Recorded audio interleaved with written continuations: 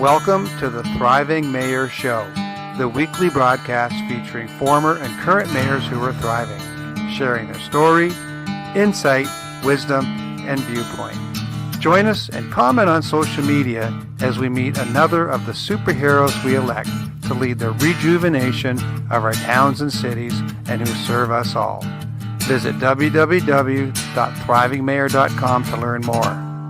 Here we go.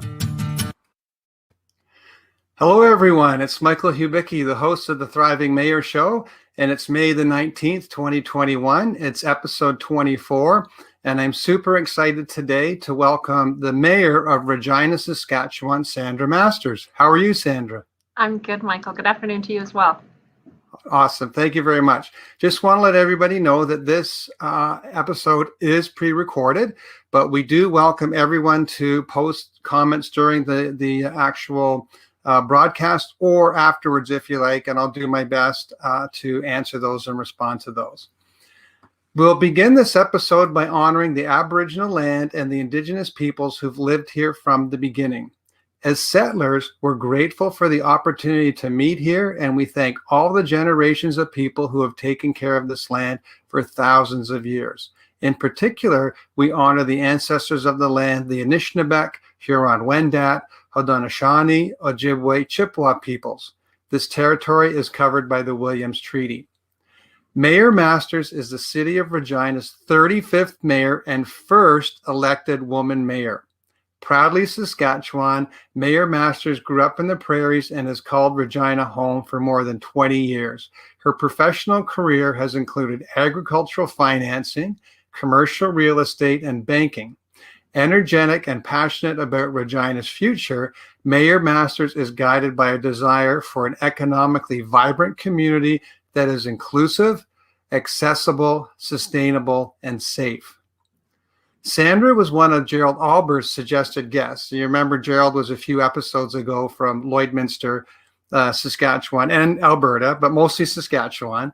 And I just wanted to give a big shout out to Mayor Gerald for suggesting Sandra, and Sandra being so gracious as to be a guest on the show. Thank you so much again, Sandra, for being a guest. And would you like to share with us the honoring of your local Indigenous lands and people? Thank you very much, Michael. I would like to acknowledge that I am coming to you from Treaty 4 territories. Treaty 4 was a treaty signed amongst 35 First Nations across southern Saskatchewan and into southern Alberta and Manitoba. It is the original homeland of the Cree, the Saulteaux, the Dakota, Lakota, Nakota, and homeland of the Métis Nation. Wonderful, wonderful. It just gives me goosebumps and a really warm feeling in my heart when we all can come together and honor our Indigenous ancestors in the land and people in the land especially. It's so precious for us, and the legacies that are lasting and allowing us to move forward and be stewards of the land and thrive are really wonderful. I agree. So your Facebook page, I had a quick look at it, is got sprinklings of some images and some posts and comments and lots of video. And is that something that you were using very much before you, I guess, started your election for mayor, or is it something that you really enjoy doing? It seems like you do. Okay, well, full disclosure, never a member of Facebook prior to campaigning, and right. Social media was one of those elements during a pandemic without a lot of name recognition in order to reach people, but also to engage. So, doing Facebook Live events and being able to communicate sort of in real time so that people could get a sense for how you respond to things. Yeah. And since that time, I have a wonderful young woman that does that for me. She reminds me several times a week. And really what I use it for is sending messages out, either in celebration of things or to communicate information. I don't enter into dialogue on social media. It's what I can stay completely away from that. That's a wise choice. But I joke around that I don't think anyone should Google themselves. And so every now and again, she will send me comments that are posted that are particularly touching or funny. Yeah. But other than that, really, it's really intended to kind of get connected. And then quarterly, I've only done one just the eve before I was sworn in, and one since being elected. But I'll continue to try to do a Facebook Live event quarterly, just on my own. I've participated in a couple with counselors so far, but just as a venue to kind of connect with people live in terms of a virtual town hall. Yeah, and our show goes live on Facebook and on YouTube, and when we do get some viewers commenting in and participating, it's really fun. And I did a little scrolling through your Instagram, and back in, I think it was December, you were standing on a gigantic skating rink, Iceville, and inviting everybody to come out for a skate. And I think it's Mosaic Stadium where the Rough Riders play. Yeah. So did you get to skate yourself? No, there are certain things that no one should ever see me do. And so in the absence of anyone having a camera, and everyone does these days, I don't skate in public. But yeah, Iceville was one of those things that was the brainchild of our municipal corporation, the Regina Exhibition Association Limited. And, that crazy idea that a person has that goes, why don't we flood the stadium? And then it grew into that. We got great corporate sponsorship. We're able to offer it during COVID for free. And our health authority were okay with it because it is in the stadium. We clock people in and out, and it's very controlled. So, so there was never a risk of overcrowding, and protocols could be followed. But it was pretty amazing. You can see pictures of it, but to walk out onto it, it is massive. Yeah, it must have been. And so I know that football, the old football fields, when they were grass, they always had a high point in the middle so the water would drain. But I guess now with artificial turf, it would be flat, so it'd be easier to flood. Yeah, well, and you're just building up. If anybody's ever built a rink outside, and lots of people here have, you put up the borders, you put down the sheeting, and you start with the hoses. Now, how cold? What was the coldest day or night that Iceville was operational? Do you remember? We closed it when it was minus 38, but I believe it was still open when it was minus 28, 29. Wow. I lived in Winnipeg for 3 winters doing Masters of Landscape Architecture of U of M. And on the weekends, I remember we would be going out and bundling up with parkas and trying to play hockey or shinny, and it'd be minus 30, minus 35. And I think the coldest I remember was minus 60. Yeah. And it's the wind chill, right? Like no different than Winnipeg. It's when the wind catches you, it's whew. Yeah, I went skiing out in Banff, and we had a little Volkswagen Rabbit, and 2 friends of mine and I went, and we were driving across Saskatchewan. It was just around dusk, and the snow was blowing exactly sideways, and there was a little bump on the north side of the Trans-Canada Highway and another bump on the south side of the Trans-Canada Highway, and that's how you could tell where the Trans-Canada Highway was. So we had to slow right down, and yeah, it was something. But I have been in Saskatchewan in the summer too, and it's beautiful. It is. It's absolutely gorgeous. Yeah. And if you learn to appreciate winter, not necessarily standing out in minus 38 weather, but hoarfrost on the trees, and it sparkles when it's sunny. It's sparkling, actually.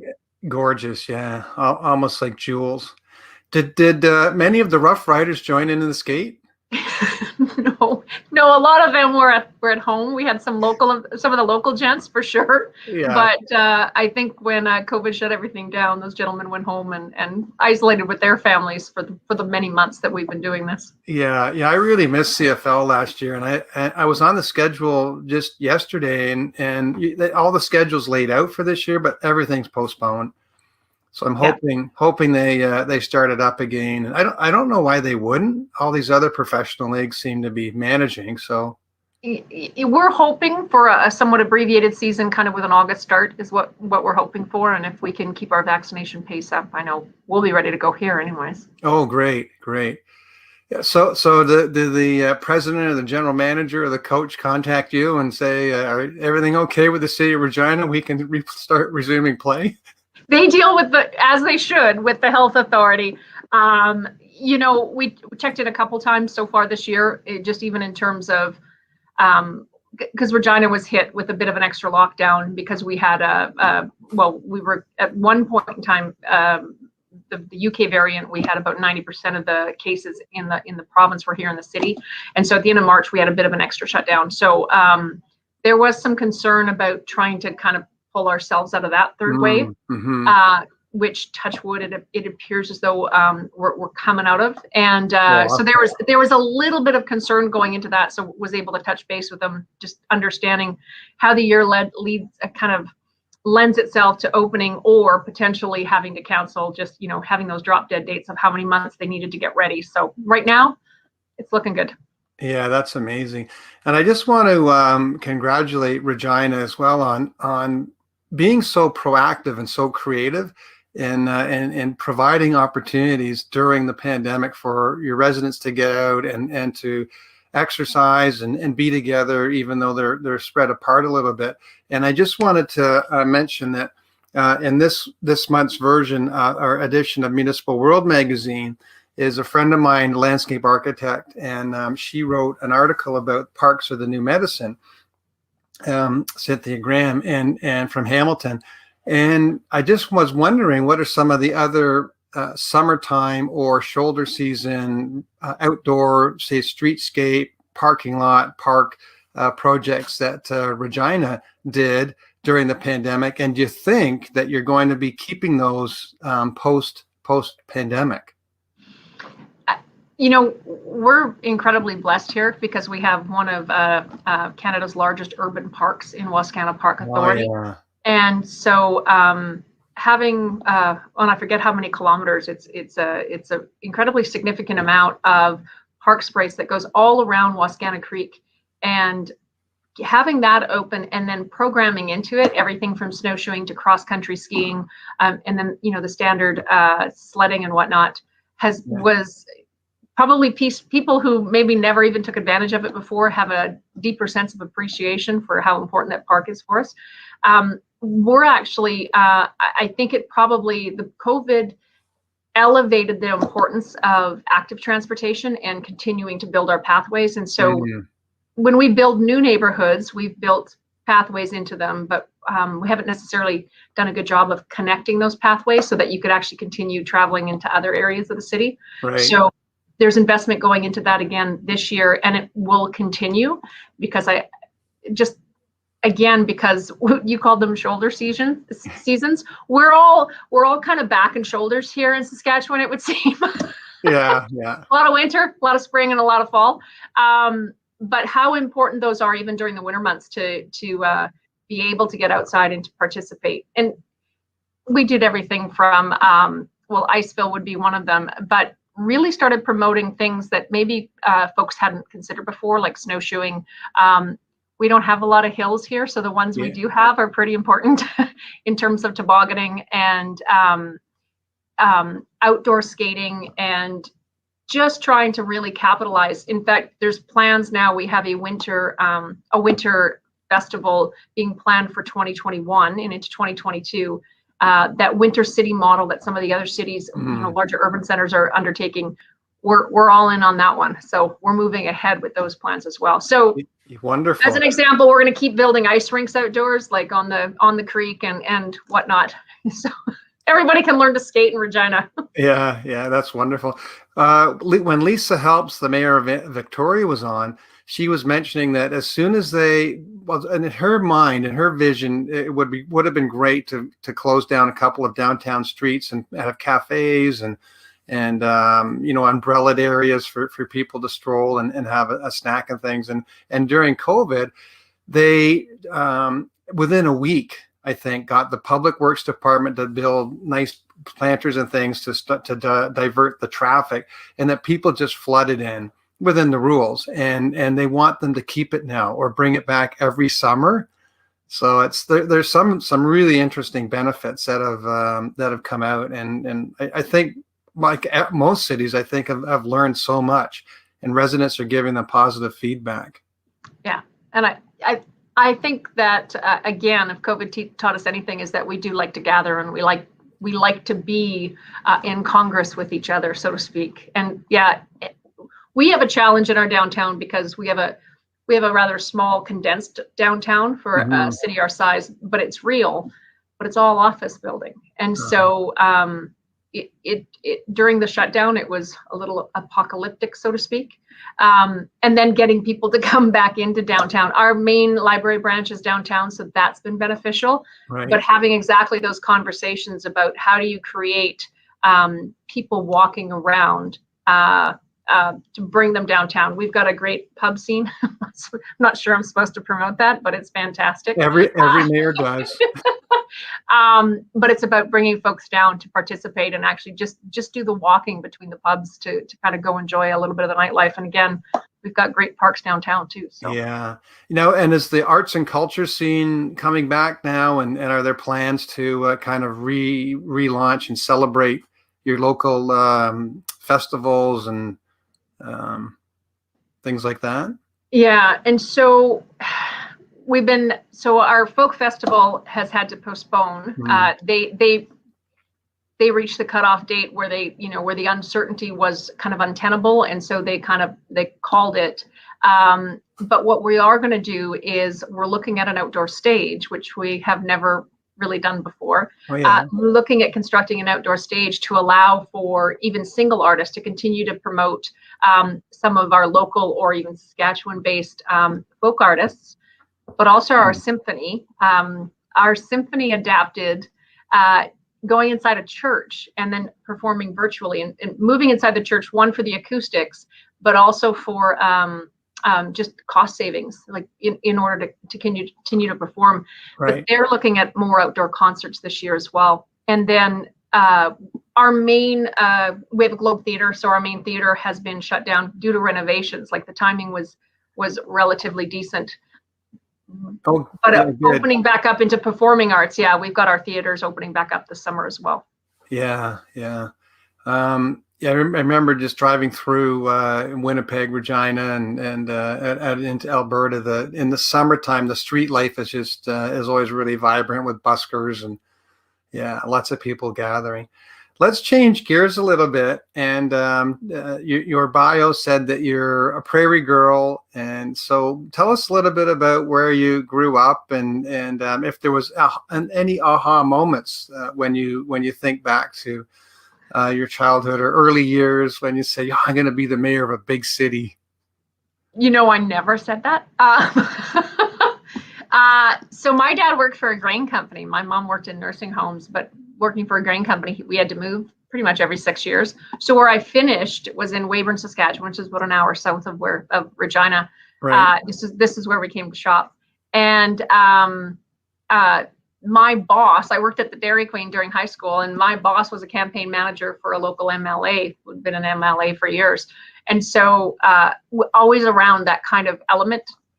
I went away to university in Saskatoon and into commerce, and poli-sci were my electives because had a bit of an interest, but I have 4 children. So in my 20s, ended up having 4 babies who are all now into their 20s and early 30s. Which is awesome. Yeah. Congratulations and happy Mother's Day. Frees up some time now. And then, really how a lot of parents get involved is how I got involved kind of in local activities. And that's everything from being a gymnastics coach to a volleyball coach, gymnastics judge, actually, to a volleyball. Wow. And treasurer and manager on different a lot of hockey teams, a lot of lacrosse teams, and a lot of football teams. And so you start there, and then then you're PTA, and then folks kind of ask, and you're on different sports associations, board of directors, and that just sort of evolved. I ended up as a board chair of a municipal corporation, and so that kind of started my contact into City Hall. So that's kind of the inception of where the idea to run for office even came from. Yeah, that's really cool. I love how when you tie in the 4 kids, and then being with them and participating. I'm a volleyball coach as well, so that's an awesome sport and a really fun sport to coach. And you learn a lot about politics in municipal or local sports and with the parents and playtime and. Yeah, I was going to say, people think there's politics in hockey. Man, you should try gymnastics. Anyways, but I end up talking now to groups of young women, if they want to participate in any level of government, how do they do it? And I'm like, you have to get involved. Yeah. And so many parents, other than volleyball, I couldn't coach hockey. I have 3 sons out of my 4 children, and I couldn't coach volleyball, or couldn't coach hockey, couldn't coach lacrosse, football, basketball. Like, how do you get involved? And so you figure out another way, and it just allows for you to be invested in what your kids participate in, and to stick around them, and then they think that you have an eye on them too. So that's helpful. Yeah. That's really awesome. And I got into coaching volleyball, first soccer, then volleyball with my daughter too, but just was so intrigued with the game and just love it. And the work that you've been in as well has been very diverse. And I guess it's all kind of stemming from the commerce side of things. And obviously very entrepreneurial, and I think you're taking a very entrepreneurial leadership role with the City of Regina as well. And share a little bit about that journey with us. When I graduated university from the College of Commerce, I actually got a job with Kellogg's Canada selling Corn Flakes, of all things, being a market rep for Northern Saskatchewan, and so had a little bit of exposure to that before I was pregnant with my 4th child and took a year off. And then I got into commercial real estate. And if I learned anything from commercial real estate, and this is kind of the funny part, is cold calling, like where you just knock on a door and start talking to people. Who knew that was a skill set that would be incredibly valuable, where what you're trying to understand, because everything is market analysis in my world. And so when you're talking to folks about the business they operate, getting a bit of their personal background, but also business background, you're doing market analysis. And it kept applying over and over again. I went from there into banking, kind of got recruited into commercial banking. Nice. They felt it was easier to teach banking than it was to teach someone kind of the principles of commercial real estate. So did that, and then went from there into agricultural lending. And I always joked around that it kind of came full circle when I got hired was a credit manager for Western Canada. And I would walk into elevators. I'm like, see, this is what I grew up with. Like, you're just back where you started with your dad, eons ago. Yeah, full circle. That's a really interesting story. And so many people, even when they have an amazing gift to share, don't like sales. And there's one slogan I really like. It's don't think of it as sales, think of it as serving. Yes. Yeah. And it's so funny that you say that. When I became a commercial real estate agent, there was only one other woman in the province that was doing it, and I only became one because of her. And we used to kind of get coached by the guys, and they'd say, "Well, you got to be this, you got to be this," and it probably took us about 5 years to kind of take a step back and go, you know what, we're different. We believe in establishing relationships with people, and whether you do this deal or you just build a relationship and someone comes back 2 years from now, you're still kind of on your path to building that business. And it was very much we're here to serve, and that will result in something in the end. And both of us were right, frankly. Absolutely. Yeah. And we, with a kind of a fixed mindset, we can also sometimes just kind of derail our confidence by saying, oh, that you get your first no. And you think, oh, well, they don't like me, they don't want to buy it. But there's so many sales happen after the first no, just by doing exactly what you say, is just being there and establishing the connection and being a friend. And that's so awesome. And especially young people nowadays, I think they can really learn from that failing at something doesn't make you a failure. It just gives you more data to learn and to perfect what you're working towards. Well, and it actually is how you learn a little bit of the language and how to read people. And you don't succeed unless you try, and trying by its very nature probably means you're going to not be successful every time. Absolutely. So through all of that, the kids, the sports, the career, was the light bulb that went off saying, I want to run for mayor of Regina? I had someone about a year before the election, and there was talk of gearing up, and there was chatter kind of in the community about who was going to run, and there were some names lobbed out kind of in the rumor mill, and they said no. I tried to spread a rumor about someone I really liked running, and he said no. And it was someone kind of cracked a joke, and well, you should do it, and I just said, yeah, no, thank you. That's okay. Yeah. And probably it was about 3 months later where I went, okay, what if I did this? What does it mean? What are the steps you have to go through? What qualifies a person? What doesn't qualify a person? And then kind of once the idea planted, it kept going. Had a life of its own. It did. Meant to be. Wow. And did you have a big campaign team? And was it a pretty hotly contested campaign? It was during the pandemic, right? It was during the pandemic. My favorite story, and this poor guy actually texted me on election night going, okay, so I was wrong. Are we friends? I said, we're cool. My favorite was early on, because you kind of test the idea, right? You start with an echo chamber, and everybody kind of talks each other into it. Yeah. And it's like, okay, we got to go test it with somebody else, because we're all agreeing now. There's 6 or 7 of us around the table. Let's go start testing it. And we had this meeting. We sat down with all kind of political savvy folks who had either ran before or managed campaigns before.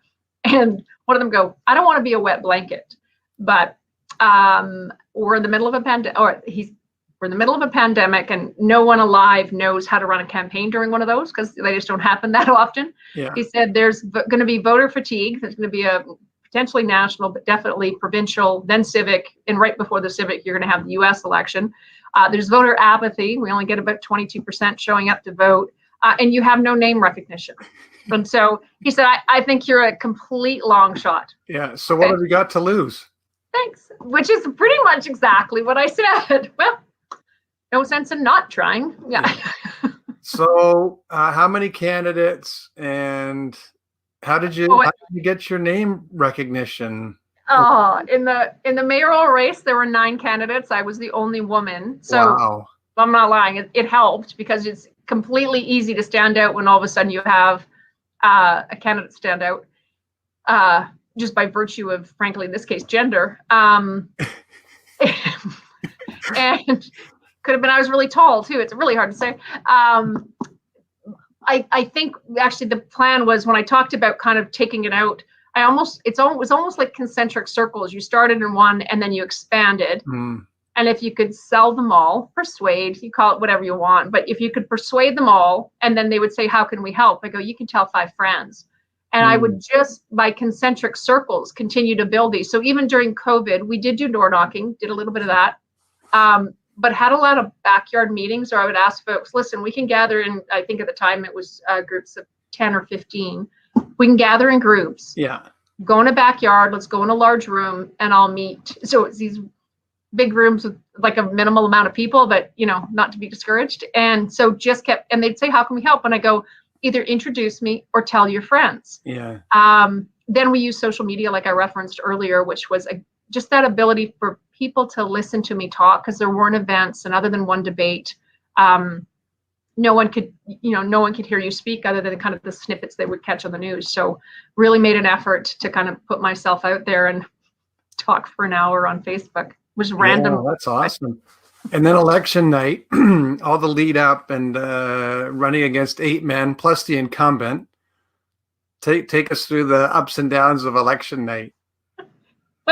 On election day, the funniest thing was I had nothing to do. Like you're used to go and door knock and where are we going today? I had nothing to do. And so some of the guys from the campaign were calling, checking in. It's like, how you feeling? Texting, how you feeling? Oh, 3 points down. I actually woke up the morning of the election thinking I was going to lose, and I was probably going to lose by 4 or 5 points. I did think I would come in second, actually. I just kind of had that sense. And then, so the people on my team are pretty funny. Some of them are, completely, very pro, and the guys that were calling going, well, put it this way, if you fail, like kind of cracking jokes. And then when we were standing in the room, I'd never ran an election before, probably never even, I always waited till the end results. And so when the polling stations started coming in, I didn't even know where everybody was looking on their phone. Everybody's in masks. And I think because of the size of the room, we could have 30 at that point in time, but everyone's in masks. And the first polling came in, and there was like gasps in the room. And I'm looking around because you couldn't see anybody. And I went, is that a good gasp or a bad gasp? And then one of them ran over with the phone. And at the time it was, I was at 40% and well ahead of anyone below. And then it kind of maintained there. And so was able to garner, I think 47% of the vote, and to I think maybe 37 or 38, 39 was the next guy. So I did not expect to win by that. And it just, the polling stations all came in. Wow. Congratulations. Yeah. Your story, I don't know if you know Amanda McDougall from Cape Breton Regional Municipality. No, I don't. And she was, I think, episode 5 or 6, and she was pregnant during her campaign. And when we interviewed in early December, she had her baby, who's maybe 2 weeks old, Emmett, in her arms, and through the whole interview. And just amazing that how the women now are just coming in and being yourselves and connecting, like how we talked about in serving, and resonating with the voter. And she had the men, some of the other men during the election were basically challenging her, how can you do this as a mother? And they're probably their own worst enemy. The question reveals the answer, but anyways. Yeah, and so just hats off to you, Sandra. That's such an amazing story, and real confirmation from your constituents too that it's time for a new voice and a new direction, a new vision. So that's amazing. Yeah. And I think that was, if people say, like, do you know why you got elected? And I said, I think people were looking for a change. Yeah. My favorite of the folks that I would hear from, just election night or just afterwards going, I'm getting texts from New Jersey and Toronto about, did Regina just elect a female? Yep, they sure did. That's amazing. And the first female ever. Yep. Yeah, fantastic. What are a couple of your favorite stories from your first 6 months as the first female mayor of Regina, which is also the provincial capital of Saskatchewan? I'm actually still shocked. There's this ongoing theme where because I didn't serve on council before and I didn't have political experience, I'm still shocked by the number of people that want to talk to me. But especially the little kids. Like, I have to tell you, reading books even virtually to classrooms at Christmas, or meeting with Brownie troops or Cub troops, it's unbelievable. They make my week every single time. There's some things that the mayor does that I had no idea the mayor did. Signing proclamations for weeks and getting to participate in the swearing in of firefighters and police. That's pretty cool too. I didn't know that. Yeah. And so, I talk to a lot of people, which again is part and parcel, I think, of the job in terms of just keeping your finger on the pulse of what's happening and what's needed and what are some great opportunities or the challenges. There have been some challenges from controversial issues being dealt with, and we continue to mow through them. So it feels like you're kind of clearing some things out of the path for growth. Yeah. And just some things that have, like barnacles, they've been stuck on the ship a little bit too long, and so kind of cleared them off. There's my Cape Breton reference for you, my Maritimes reference. Yeah. Speaking of barnacles, there's a new leadership book coming out called "Your Mind Is Like a Houseboat." And I'm waiting for that one to come out to read. It sounds really interesting. Okay, I'm gonna write that one down too. Yeah, it's either your brain or your mind is like a Yeah. houseboat. Yeah, and then and on the graphic, it's a person kind of submerging up out of the water, and there's a houseboat. You know, all the slides and the toilet and the water pump and all the things in the houseboat that are going on. And the deck. Yeah, it sounds really interesting. There you go. In your bio, you talk about creating a community that's inclusive, accessible, sustainable, and safe. And on your, I think it was your Instagram on May 5th, you posted on Red Dress Day, the National Day of Awareness for Missing Murdered Indigenous Women and Girls. And I just wondered if you would share a little bit with us about your vision and how you see the role of the mayor in raising awareness and helping all the rest of us, be more aware and caring and what we can do. I had this thought without ever knowing that if the mayor has a microphone in front of their mouth all the time, or just kind of had a platform, that they should be championing and advocating and amplifying some of the issues that are out there. And so when you talk about my social media, that is a little bit of what I do. Probably one of the the things that's been the most soul bearing for me, or that has kind of touched me the deepest, has been that journey relative to the Indigenous community, both in the City of Regina as well as without. So we do have 35 nations, but there's 16 that are within an hour and a half of our city limits who have members of their nation within the city boundaries that I govern. And I had some very wise counsel from the tribal chief out at Foul Hills Capel Tribal Council, who said, just reach out to everybody, just start establishing relationships and learn.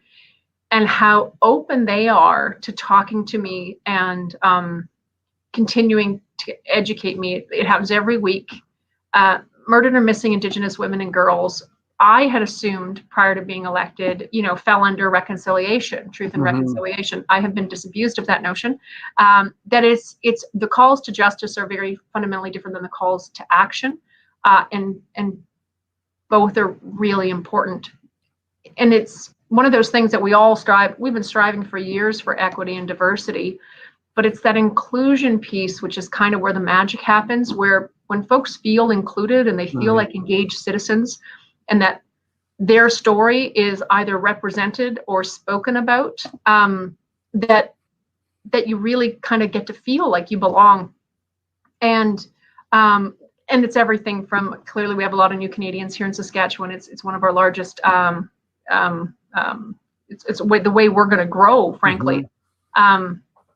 And we have, the Two-Spirit LGBTQ plus community, another kind of marginalized community, but the Indigenous component to our city and our surrounding area is significant. And like you said in the opening, it's 27,000 years they've been here. I feel like we're on the kind of cusp of breaking through, and we have some amazing leaders locally, and we also have some people who need some help. And so how does a mayor, do you connect with people? I call it pulling threads, where you keep pulling threads of the story, and eventually it's like, this one belongs with this one, and you can kind of tie them together. I don't have the plan, other than I know that if you continue to build those relations, continue to educate yourself, you can check ignorance when it arises. You can advance things in very meaningful ways, which really are kind of no skin off my nose in a way. And then continue to allow them either space or that allyship, so that they can feel included, as they should. They're original treaty signatories, and the treaties don't happen without them. So, Oh, that's really wonderful. And inclusion is so fragile. Such a fragile concept. And when we're designing parks and open space, and I'm talking to the park superintendent for New York City, Marshall Silver, who that's one of his major platforms is accessibility and social equity in our public open spaces. And it's really just such a no-brainer.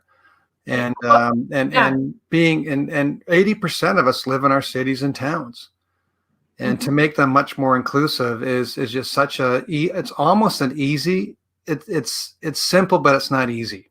It's or it's or it's so obvious it's kind of hard to unwind to figure out, the 3 or 4 steps forward. Well, and I didn't know from an accessibility standpoint, I didn't know prior to campaigning that we didn't have playground standards for Yeah, accessibility. Like, just as an example, like, it was kind of shocking to me. And again, it requires work, but it's a simple path to get there. Like, it's very yeah, straightforward how to get there. It does require work. yeah, so true. Any other kind of big moves or goals on your horizon in Regina, and expanding your vision, maybe, or because I mean, you have been there 6 months now. I know. I'm seriously, honeymoon is over for sure. Um, you know, you keep, if you talk about those 4 pillars, there is work, kind of foundational work underway on the sustainability piece. Like, how do we sequence that going forward to actually show some leadership, to be a sustainable city by 2050. So Right. and there's an expertise to it, which I'm learning as I go, but really we've got kind of that foundational work being done right now. There's we don't tell our story very well, and I'll actually refer to my friend Mayor Ptolemy and Musha. Like, Yeah. they just do such a fantastic job. They're owning that, Canada's notorious city, and good for them. He's And it's awesome. fun. Oh, and it's engaging, and it's cheeky, and yeah, just really well done. We don't do that well here. No. We have unbelievable volunteerism. We have incredibly beautiful city. We have fantastic assets. And I always say that we're humble to the point of self-harm. So when I get asked if you accomplish one thing, and I said it would be that we talk about ourselves differently, like, Oh, because not awesome. yeah, we need to represent ourselves and actually come up with that story that we all tell and we all own. We have so much going for us, not without our challenges, but everybody has the challenges because you keep working on those. But really, to elevate that side of ourselves, which is kind of proud of our humbleness and our ability to host and our ability to welcome people and serve people. We're good at it. Yeah.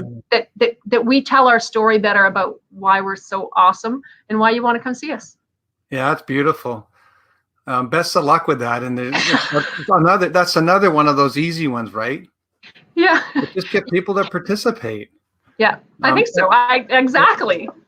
and I wanted to just mention that last week, Cam Guthrie, the mayor of Guelph, was on, and they just got a $5 million grant from FedDev to start a innovation, circular economy, and urban agriculture innovation center. And when you talk about sustainability, it's just happening now. And the Circular City Initiative, and I'm sure Regina's already got people working on it, is just so exciting. And especially in our Canadian climate, it's more challenging than a southern city, but it's so much more important for us. Yep, I agree completely. Yeah, And really yeah, exciting. yes, agreed. Yeah. Thank you so much, Sandra. This has been a really wonderful interview. I just wanted, is there any last words that you'd like to share, or, links that people can check out, or Uh, what I will say, because I don't pitch social media very much, but what I will say is, first of all, thank you very much for inviting me. It was great. But secondly, it is, I think you introduce us as the folks that put their name forward to be elected, but people say it all the time. It sounds trite, but it's completely true. It is an absolute honor and a privilege to represent the citizens of a city, or a town or a village. It is, I call it, it's the weirdest job, but it's absolutely fantastical. Awesome. Well, thank you so much again. And if you would stay on just till after the outro, and I'll say thanks again.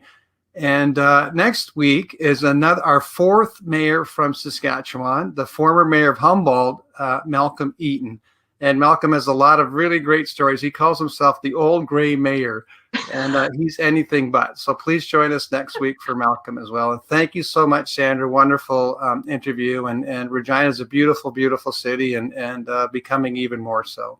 Thank you, Michael. Take care, everybody. Thank you for joining the Thriving Mayor Show. Make sure to like and share and tell your friends and colleagues. Mayors are awesome and are the change agents to enhance the quality of living for over 80% of us. Remember what Coach Wooden said, you cannot live a perfect day without doing something for someone who can never repay you. Much love and peace. Until next time.